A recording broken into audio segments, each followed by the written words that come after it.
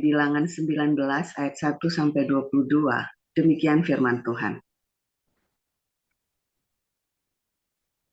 Tuhan berfirman kepada Musa dan Harun, inilah ketetapan hukum yang diperintahkan Tuhan dengan berfirman, katakanlah kepada orang Israel, supaya mereka membawa kepadamu seekor lembu betina merah yang tidak bercela, yang tidak ada cacatnya, dan yang belum pernah kena kup. Dan haruslah kamu memberikannya kepada Imam Eleazar, maka lembu itu harus dibawa keluar tempat perkemahan, lalu disembelih di depan imam. Kemudian Imam Eleazar harus mengambil dengan jarinya sedikit dari darah lembu itu. Lalu haruslah ia memercikkan sedikit ke arah sebelah depan kemah pertemuan sampai 7 kali. Sesudah itu haruslah lembu itu dibakar habis di depan mata imam. Kulitnya, dagingnya, dan darahnya haruslah dibakar habis bersama-sama dengan kotorannya. Dan imam haruslah mengambil kayu aras, hisop, dan kain kirmizi, dan melemparkannya ke tengah-tengah api yang membakar habis lembu itu. Kemudian haruslah imam mencuci pakaiannya dan membasuh tubuhnya dengan air. Sesudah itu masuk ke tempat perkemahan, dan imam itu najis sampai matahari terbenam.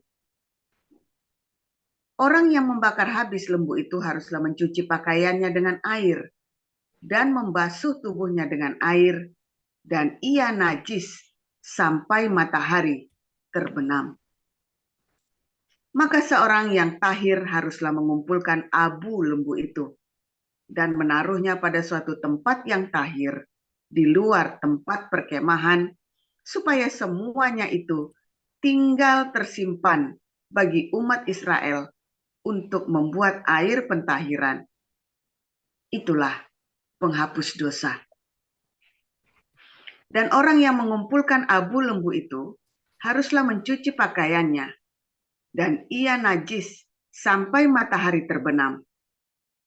Itulah suatu ketetapan untuk selama-lamanya bagi orang Israel dan bagi orang asing yang tinggal di tengah-tengahmu. Orang yang kena kepada mayat, ia najis 7 hari lamanya. Ia harus menghapus dosa dari dirinya dengan air itu pada hari yang ketiga, dan pada hari yang ketujuh ia tahir. Tetapi jika pada hari yang ketiga ia tidak menghapus dosa dari dirinya, maka tidaklah ia tahir pada hari yang ketujuh. Setiap orang yang kena kepada mayat, yaitu tubuh manusia yang telah mati, dan tidak menghapus dosa dari dirinya, ia menajiskan kemah suci Tuhan, dan orang itu haruslah dilenyapkan dari Israel, karena air pentahiran tidak disiramkan kepadanya, maka ia najis. Kenajisannya masih melekat padanya. Inilah hukumnya. Apabila seseorang mati dalam suatu kemah, setiap orang yang masuk ke dalam kemah itu dan segala yang di dalam kemah itu najis 7 hari lamanya. Setiap bejana yang terbuka, yang tidak ada kain penutup terikat di atasnya, adalah najis. Juga setiap orang yang di padang yang kena kepada seorang yang mati terbunuh oleh pedang, atau kepada mayat, atau kepada tulang-tulang seorang manusia, atau kepada kubur, orang itu najis 7 hari lamanya. Bagi orang yang najis, haruslah diambil sedikit abu dari korban penghapus dosa yang dibakar habis, lalu di dalam bejana abu itu dibubuhi air mengalir. Kemudian seorang yang tahir haruslah mengambil hisop, mencelupkannya ke dalam air itu, dan memercikkannya ke atas kemah dan ke atas segala bejana, dan ke atas orang-orang yang ada di sana, dan ke atas orang yang telah kena kepada tulang-tulang, atau kepada orang yang mati terbunuh, atau kepada mayat, atau kepada kubur itu.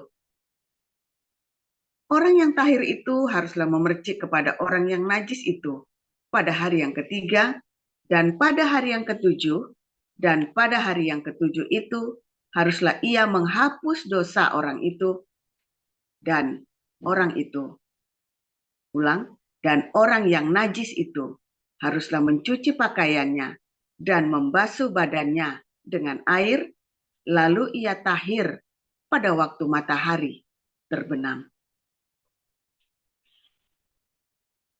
Tetapi orang yang telah najis dan tidak menghapus dosa dari dirinya, orang itu harus dilenyapkan dari tengah-tengah jemaah itu, karena ia telah menajiskan tempat kudus Tuhan. Air pentahiran tidak ada disiramkan kepadanya, jadi ia tetap najis. Itulah yang harus menjadi ketetapan bagi mereka untuk selama-lamanya. Orang yang menyiramkan air penyuci itu, ia harus mencuci pakaiannya. Dan orang yang kena kepada air penyuci itu, ia menjadi najis sampai matahari terbenam. Segala yang diraba orang yang najis itu menjadi najis, dan orang yang kena kepadanya menjadi najis juga sampai matahari terbenam. Yohanes 4 ayat 1-20. Beginilah pembacaan kebenaran firman Tuhan. Ketika Yesus mengetahui bahwa orang-orang Farisi telah mendengar bahwa ia memperoleh dan membaptis murid lebih banyak daripada Yohanes.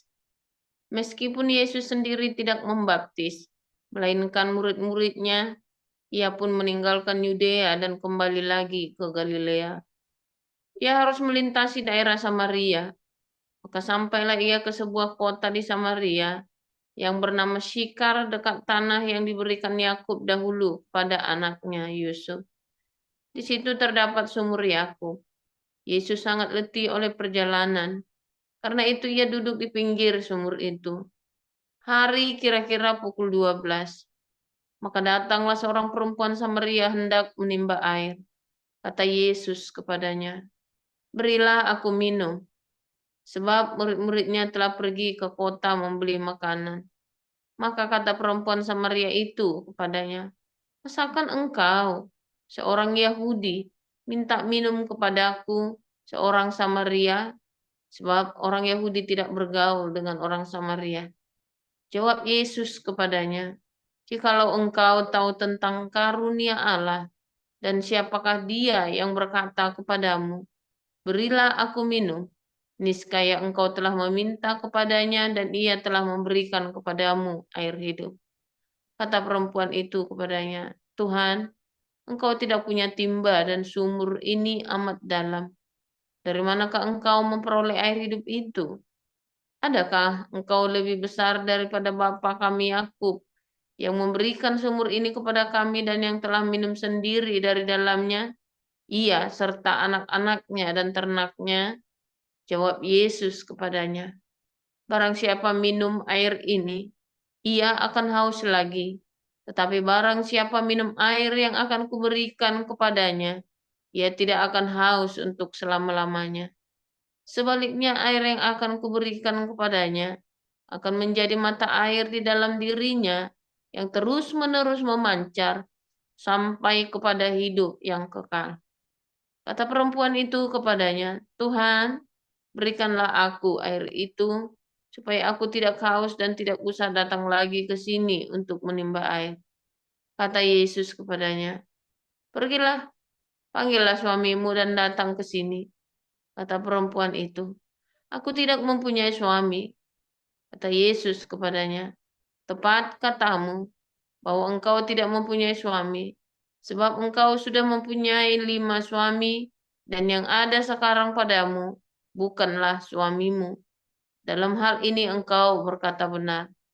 Kata perempuan itu kepadanya, Tuhan, nyata sekarang padaku bahwa engkau seorang nabi. Nenek moyang kami menyembah di atas gunung ini, tapi kamu katakan bahwa Yerusalemlah tempat orang menyembah. Demikian.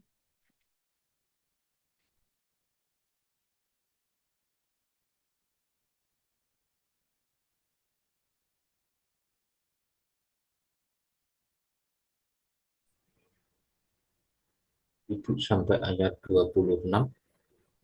Oh. Kata Yesus kepadanya, percayalah kepadaku, hai perempuan, saatnya akan tiba bahwa kamu akan menyembah Bapa bukan di gunung ini dan bukan juga di Yerusalem. Kamu menyembah apa yang tidak kamu kenal. Kami menyembah apa yang kami kenal. Sebab keselamatan datang dari bangsa Yahudi. Tetapi saatnya akan datang dan sudah tiba sekarang bahwa penyembah-penyembah benar akan menyembah Bapa dalam roh dan kebenaran. Sebab Bapa menghendaki penyembah-penyembah demikian. Allah itu roh, dan barang siapa menyembah Dia harus menyembahnya dalam roh dan kebenaran. Jawab perempuan itu kepadanya, aku tahu bahwa Mesias akan datang, yang disebut juga Kristus. Apabila Ia datang, Ia akan memberitakan segala sesuatu kepada kami. Kata Yesus kepadanya, akulah Dia yang sedang berkata-kata dengan engkau. Demikian. Pada waktu itu, datanglah murid-muridnya dan mereka heran bahwa ia sedang bercakap-cakap dengan seorang perempuan. Tetapi tidak seorang pun yang berkata, "Apa yang engkau kehendaki?" atau "Apa yang engkau percakapkan dengan dia?" Maka perempuan itu meninggalkan tempayannya di situ, lalu pergi ke kota dan berkata kepada orang-orang yang di situ, "Mari lihat, di sana ada seorang yang mengatakan kepadaku segala sesuatu yang telah kuperbuat. Mungkinkah dia Kristus itu?" Maka mereka pun pergi keluar kota, lalu datang kepada Yesus. Sementara itu, murid-muridnya mengajak dia, katanya, "Rabi, makanlah." Akan tetapi ia berkata kepada mereka, "Padaku ada makanan yang tidak kamu kenal." Maka murid-murid itu berkata seorang kepada yang lain, "Adakah orang yang telah membawa sesuatu kepadanya untuk dimakan?" Kata Yesus kepada mereka, "Makananku ialah melakukan kehendak Dia yang mengutus aku dan menyelesaikan pekerjaannya. Bukankah kamu mengatakan, 4 bulan lagi tibalah musim menuai? Tetapi aku berkata kepadamu, lihatlah sekelilingmu dan pandanglah ladang-ladang yang sudah menguning dan matang untuk dituai. Sekarang juga penuai telah menerima upahnya dan ia mengumpulkan buah untuk hidup yang kekal, sehingga penabur dan penuai sama-sama bersuka cita. Sebab dalam hal ini benarlah peribahasa, yang seorang menabur dan yang lain menuai. Aku mengutus kamu untuk menuai apa yang tidak kamu usahakan. Orang-orang lain berusaha dan kamu datang memetik hasil usaha mereka. Dan banyak orang Samaria dari kota itu telah menjadi percaya kepadanya karena perkataan perempuan itu yang bersaksi, ia mengatakan kepadaku segala sesuatu yang telah kuperbuat. Ketika orang-orang Samaria itu sampai kepada Yesus, mereka meminta kepadanya supaya ia tinggal pada mereka, dan ia pun tinggal di situ 2 hari lamanya. Dan lebih banyak lagi orang yang menjadi percaya karena perkataannya. Dan mereka berkata kepada perempuan itu, "Kami percaya, tetapi bukan lagi karena apa yang kau katakan, sebab kami sendiri telah mendengar dia dan kami tahu bahwa dialah benar-benar juru selamat dunia." Dan setelah 2 hari itu, Yesus berangkat dari sana ke Galilea, sebab Yesus sendiri telah bersaksi bahwa seorang nabi tidak dihormati di negerinya sendiri. Maka setelah ia tiba di Galilea, orang-orang Galilea pun menyambut dia, karena mereka telah melihat segala sesuatu yang dikerjakannya di Yerusalem pada pesta itu. Sebab mereka sendiri pun turut ke pesta itu. Maka Yesus kembali lagi ke Kana di Galilea, di mana ia membuat air menjadi anggur, dan di Kapernaum ada seorang pegawai istana, anaknya sedang sakit. Ketika ia mendengar bahwa Yesus telah datang dari Yudea ke Galilea, pergilah ia kepadanya, lalu meminta supaya ia datang dan menyembuhkan anaknya, sebab anaknya itu hampir mati. Maka kata Yesus kepadanya, "Jika kamu tidak melihat tanda dan mujizat, kamu tidak percaya." Pegawai istana itu berkata kepadanya, "Tuhan, datanglah sebelum anakku mati." Kata Yesus kepadanya, "Pergilah, anakmu hidup." Orang itu percaya akan perkataan yang dikatakan Yesus kepadanya, lalu pergi. Ketika ia masih di tengah jalan, hamba-hambanya telah datang kepadanya dengan kabar bahwa anaknya hidup. Ia bertanya kepada mereka, "Pukul berapa anak itu mulai sembuh?" Jawab mereka, "Kemarin siang pukul 1 demamnya hilang." Maka teringatlah ayah itu bahwa pada saat itulah Yesus berkata kepadanya, "Anakmu hidup." Lalu ia pun percaya, dan ia dan seluruh keluarganya. Dan itulah tanda kedua yang dibuat Yesus ketika ia pulang dari Yudea ke Galilea. Ya, firman Tuhan selalu baru setiap hari.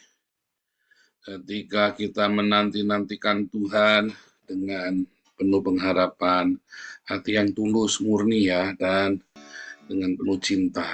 Dan ada lagi kerendahan hati, saudara ya. Saudara, ketika kita berdoa, beribadah, berdiakonia ya, kita melakukan ekspresi cinta kita kepada Tuhan dalam pujian penyembahan ya, di dalam semua upaya kita supaya kita bisa hidup saleh ya, kita bisa selalu berkenan kepada Tuhan. Maka kita butuh sebuah pamungkas ya, di dalam segala kekurangan kesalahan kita. Aduh, yang namanya apa, saudara? Yang namanya pemutihan. Kalau orang pajak itu udah capek, udah aduh bolak-balik itu takut tarik sana tarik sini sama ya. Orang ngurusin dokumen imigrasi tarik sana tarik sini, mesti sepeda motor ya, seluntup sana seluntup sini, akhirnya kita pengen ada pemutihan. Ya, kita pengen ada pemutihan. Ya, kita ingin ada pemutihan intinya ya. Air penyucian atau air pentahiran itu selalu ya, setelah ada korban, maka ada air pentahiran, semua ingin dipercik air itu supaya ya, dibasuh dengan air itu supaya disucikan, sudah selesai.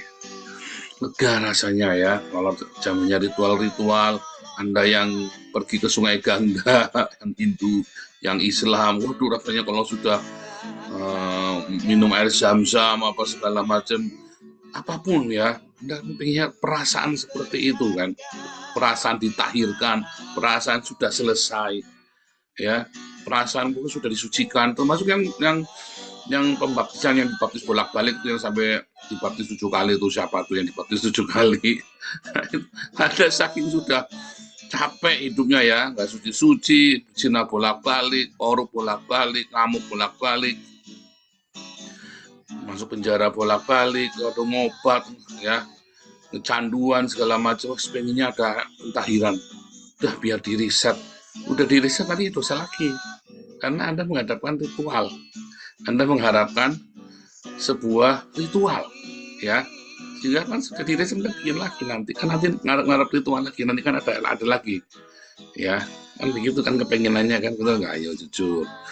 Saya mah gitu ya, kalau Anda nggak ngaku nggak apa-apa. Kalau saya mah dulu pengennya begitu, waktu saya masih yang ritual itu. Untung saya dibaptis hanya sekali ya. Saudara, kemudian perempuan yang ada di sumur itu, yang ketemu Tuhan Yesus di sumur Yakub itu, juga sama, yang harap-harap ya. Udah capek ya, siang-siang aku nih tertolak dari pergaulanku, dari komunitasku. Tiap hari aku kudu ngambil sumur, ngambil air dari sumur nimba sendirian. Pengennya kan juga sudah nggak haus lagi. Kalau ini bukan ritual, kalau ini benar-benar dia dikucilkan ya. Orang ya zaman itu ya, zaman agama-agama itu memang orang nggak suka ya kalau ada kumpul sama orang-orang seperti ini. Aduh, jangan-jangan nanti target berikutnya adalah suamiku lagi.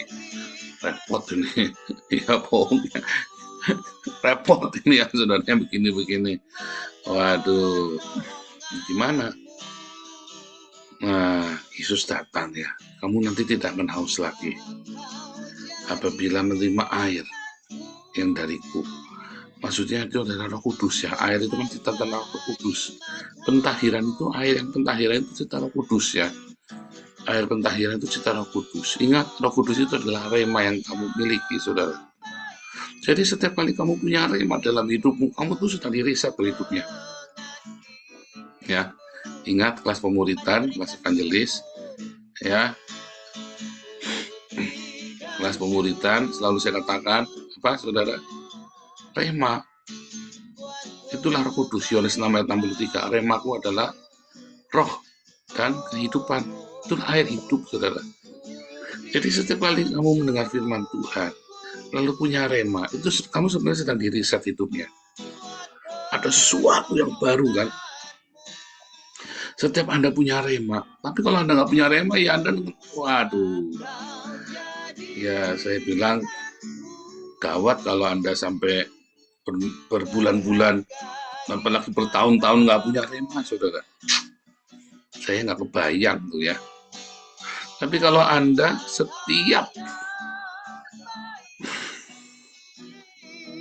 bahkan setiap hari ya, itulah sebabnya setiap tahun saya berikan satu rema buat Anda. Jehovah Rafa, Jehovah Sebaot, ya, Jehovah Shalom, Jehovah Syama.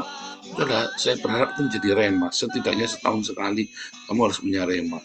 Tapi lebih bagus lagi tiap hari, tiap saat kamu punya rema. Saya selalu punya rema setiap hari dalam hidup saya. Setiap hari selalu ada rema yang baru. Jadi hidup saya selalu diriset setiap hari. Ya kan, diriset kan. Rema itu kan semua meriset hidupmu. Coba kamu seger ya. Sudah burn out ya, saudara. Udah capek mau ngapa-ngapain, males ya. Saya ini punya paper, PR-nya 17 paper. 17 paper dan baru ngumpulin 1. Tapi tiba-tiba ada rema baru, saudara ya. Saya ada rema baru. Semangat lagi ya. Rema itu meriset hidupmu ya, membuat kamu semangat, membuat kamu segar, membuat kamu berantusias, hidupmu jadi antusias. Kamu butuh rema, saudara. Ya, ada logos, kamu baca firman Tuhan atau mendengar firman Tuhan, lalu ada sesuatu yang menyentuh sampai ke dalam hatimu. Bukan si pendeta yang khotbahnya bagus, tapi kamu yang haus firman Tuhan. Saya mengalami 2 kali ya. Ya, dulu waktu SMA saya mengalami, saya haus sekali firman Tuhan. Saya setiap kali ada orang membaca firman Tuhan atau menyampaikan firman Tuhan, saya senang sekali. Saya dengarkan baik-baik dia ngomong apa ya. Lama-lama udah biasa orang membaca firman Tuhan, saya udah kebal. Kalau nggak hamba Tuhan yang terkenal sekali, wah saya nggak akan rema itu, saudara. Harus hamba Tuhan yang terkenal sekali atau yang lucu sekali, saudara ya, baru rema. Saya bukan rema, tapi senang dengarkannya. Rema banget. Jujurnya enggak. Kemudian 2014, ya, tiap hari saya dengarkan firman Tuhan ya. Ada firman Tuhan saya dengarkan. Lalu saya mulai pilih-pilih ya. Ini orang nggak ada isinya. Benar-benar ini firman Tuhan. Benar-benar ini orang benar-benar sampaikan firman Tuhan dari hatinya dia. Mulai berasa ya. Dan saya suka sekali dengan Pak Petrus Agung, dengan Pak Yusak Cipto dulu ya. Semuanya saya sampai hafal khotbah-khotbah mereka, saudara ya. Pak Yusak Cipto, Pak Stephen Tong, ya, khotbahnya Pak Stephen Tong, sama saya paling rema itu Roma 8 ya. Eksposisi Roma 8-nya Pak Stephen Tong itu ya, panjang, dalam itu ya, keren banget ya. Jadi Pak Stephen Tong itu saya bisa bikin ini Roma 8 sendiri ya. Surat Roma itu ya, saya senang sekali membahas surat Roma itu ya, hebat sekali. Nah, saudara, dari Pak Petrus Agung dan dari Pak Stephen itu saya dengar tiap hari dulu ya. Ya semua ya, ada siapa saja dulu ya. Dulu juga yang saya senang, yang menginspirasi saya tentang yang Yahudi itu ya siapa itu, saya lupa namanya ya. Itu yang namanya rada aneh, udah meninggal ya. Saya lupa lagi ya namanya udah itu ya. Jadi ada beberapa apa tuh yang saya suka dengar ya. Dan tiap hari saya dengar. Sekarang kalau saya dengar ya ternyata ada yang banyak yang saya nggak pas. Cuman tetap ada yang terima, saudara. Karena orang-orang ini juga menyampaikan dengan baik dan saya juga senang mendengarkannya. Kehidupan orang ini secara pribadi juga baik. Baik Pak Petrus Agung maupun Pak Stephen Tong ya. Kebetulan Pak Petrus Agung saya pernah diajar sama waktu saya sekolah teologi, saya pernah diajar beliau ya. Dia pernah mengajar kita pernah berinteraksi ya. Kalau Pak Stephen Tong saya belum pernah ketemu, terus terang saja. Tapi saya cukup rema dengan khotbah dia. Dan sekarang ya saya punya tetap satu patokan dengan Pak Daniel Alexander ya. Anda coba dengarkan Daniel Alexander, khotbahnya bisa sama kita ya, dengan komunitas kita. Ya entah mengapa bisa sama, saudara ya, yang bahkan itu ya. Saya juga kaget-kaget tadi yang nyontek kita atau kita nyontek dia deh. Ya bisa sama. Jadi kalau Oden datang itu saya selalu usahakan supaya datang, walaupun sekali saya datang dalam pertemuannya Oden. Ya, saya selalu usahakan supaya datang pertemuannya. Ya, Anda dengarkan ya, bagus ya untuk Anda membandingkan komunitas kita. Dan kita yang di Indonesia, kita sedang pendekatan untuk bisa dibawa, karena kita nggak bisa beli sinode, kita nggak bisa punya sinode sendiri. Jadi kita yang di Indonesia, Anda sinodenya nanti saya kaitkan dengan punyanya Daniel Alexander.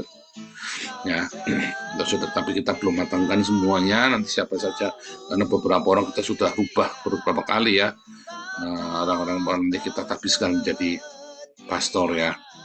Nah, singkat cerita saudara, Anda itu membutuhkan rema setiap hari ya, bukan dari hamba Tuhan, dari kata orang ya. Rema yang saya peroleh itu dari saya baca firman saudara. Setiap hari ya, kita hari baca firman. Setiap hari tiba-tiba itu rema, saudara, menguasai kepala kita.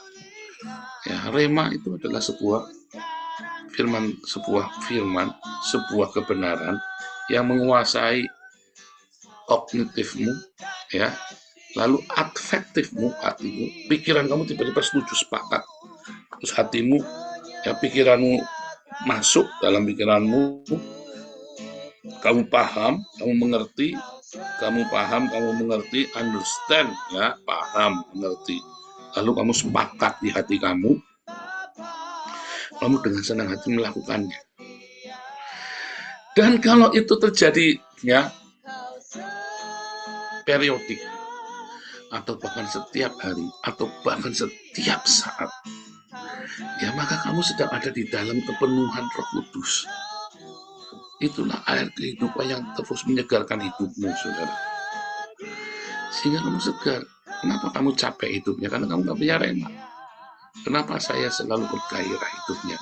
Karena saya punya rema. Bahkan di dalam masa-masa yang paling tidak enak, masa-masa kita harus split dengan beberapa orang, kita harus berkonflik, saya tetap segar, saudara.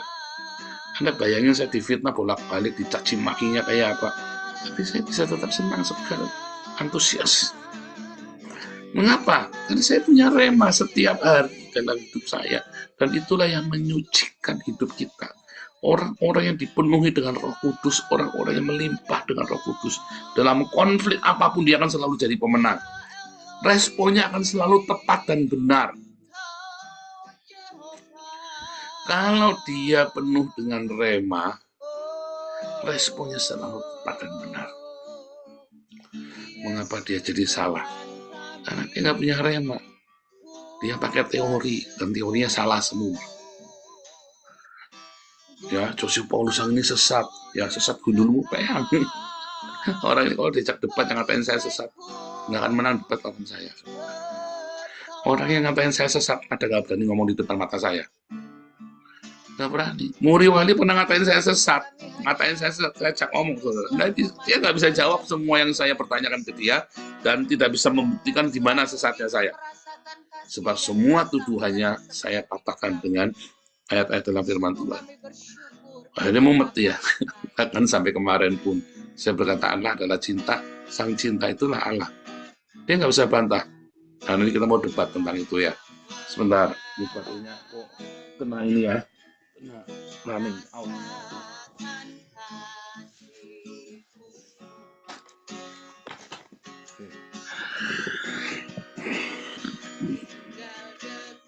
Orang yang ngapain sesat nggak bisa menunjukkan sesatnya saya di mana.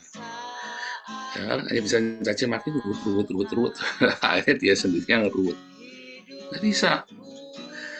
Karena saya tahu yang saya lakukan. Orang yang punya rema itu tahu apa yang dia sedang lakukan.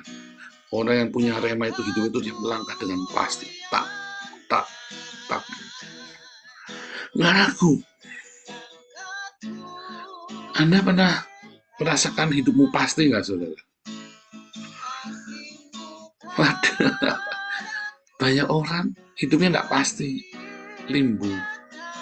Duit banyak. Tapi hidupnya tidak pasti. Saya orang yang hidupnya pasti, mantap.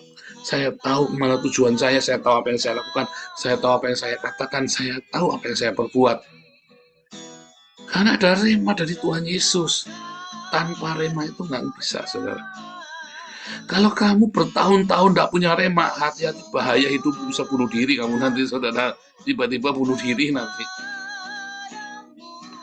Rema itu mau dari Mario Teguh, mau dari Sang Kuda, mau dari siapa, pokoknya kamu harus punya rema, saudara. Kalau kamu tidak punya rema, kamu bisa bunuh diri loh.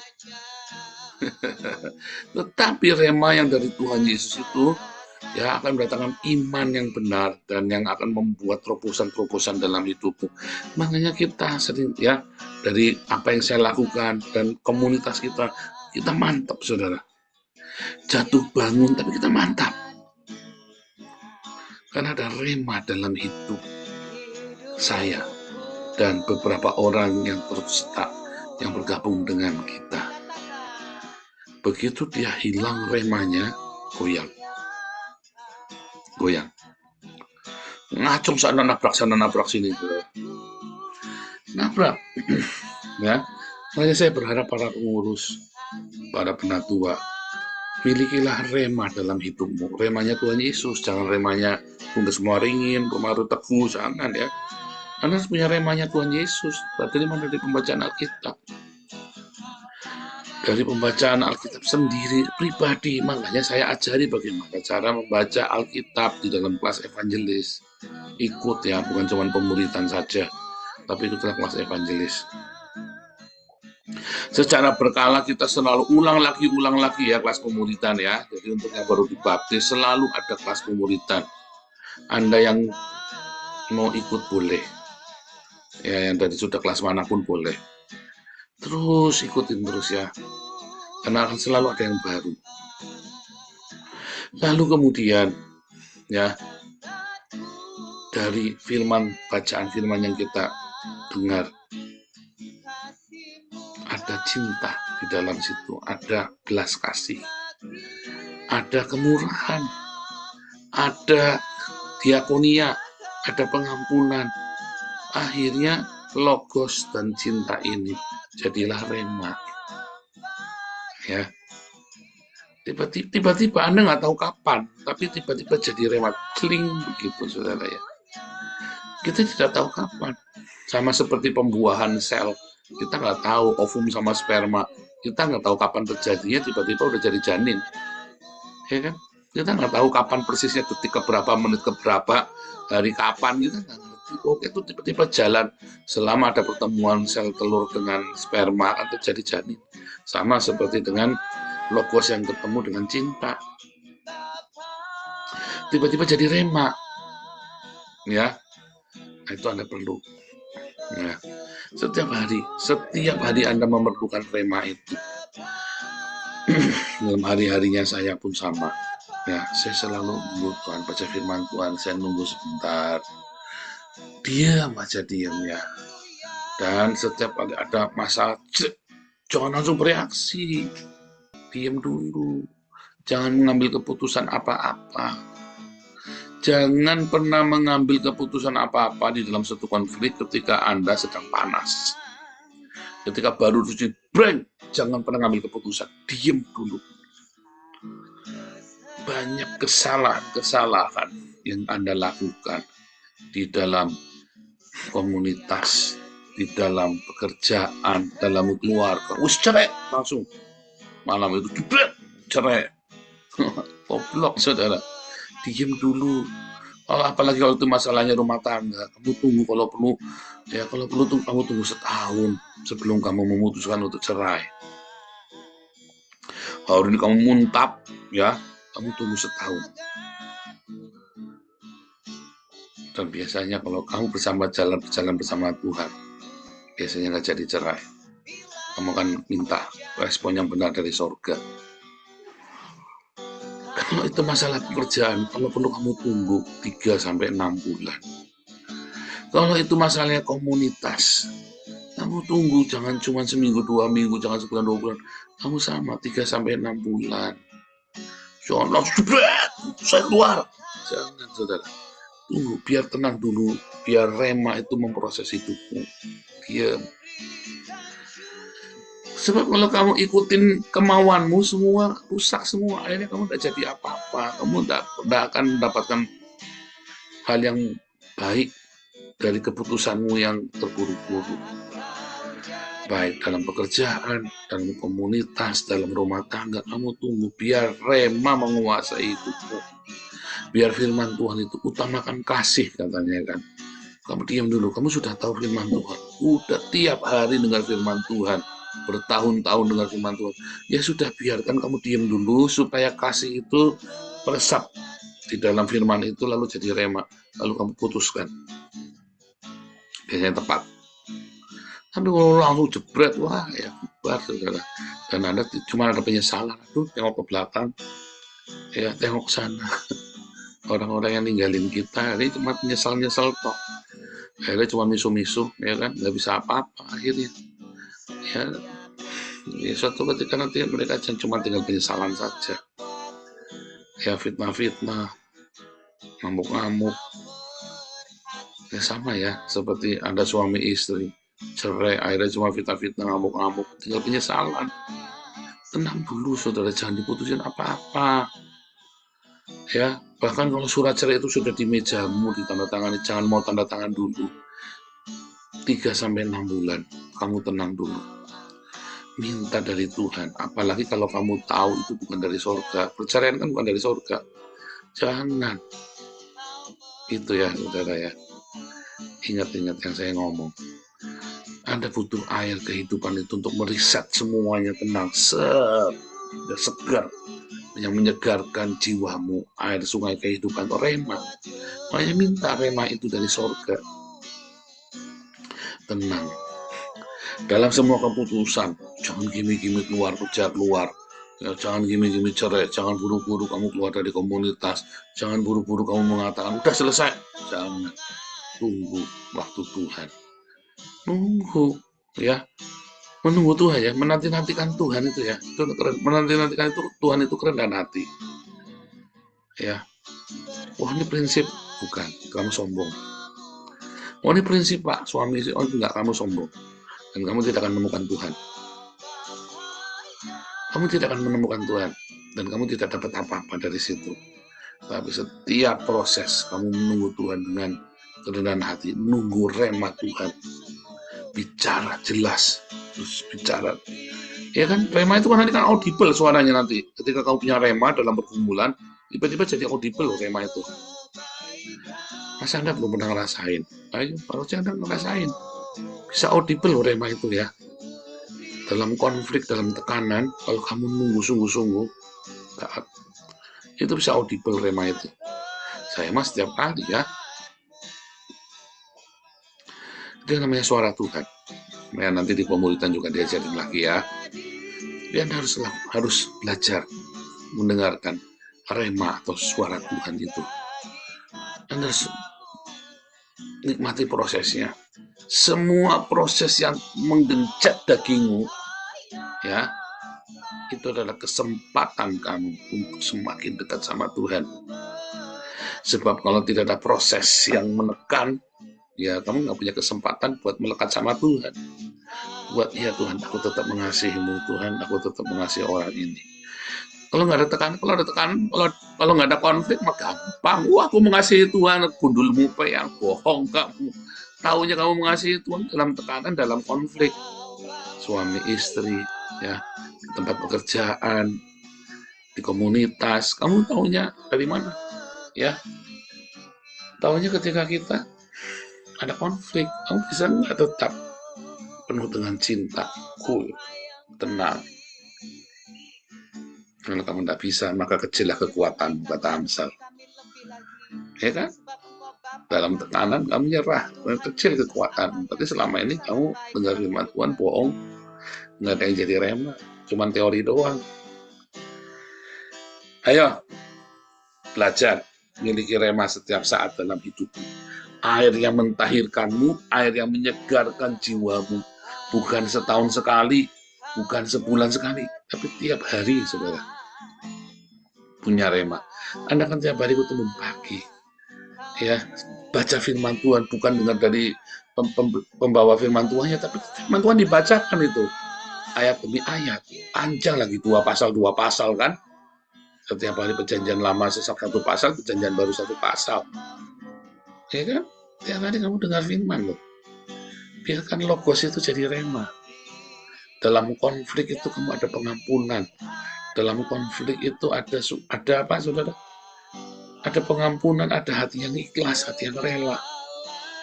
Nanti tiba-tiba jadi rema nanti. Kalau enggak ya nggak bisa. Ya, makanya saya baru tahu, ya kan? Saya kan baru tahunya Anda tuh sudah penuh Roh Kudus, sudah lahir baru banget dari situ, saudara. Dari konflik demi konflik, saya kan baru tahu kamu udah lahir baru apa enggak. Dan seharusnya kamu jujur. Kamu baru tahu bahwa kamu lahir baru apa enggak dari konflik, saudara. Kalau nggak ada masalah, mas semua bilang saya sudah lahir baru, gundul peak. Tapi begitu ada konflik, kamu akan tahu kamu ini sudah lahir baru apa belum. Ya, sudah dipenuhi melimpah dengan rema apa belum. Kalau nggak ada konflik, tidak ada pencobaan, tidak ada badai hidup, gundul peak, semuanya ngaku-ngakunya lahir baru, saudara. Ya, Tuhan Yesus memberkati.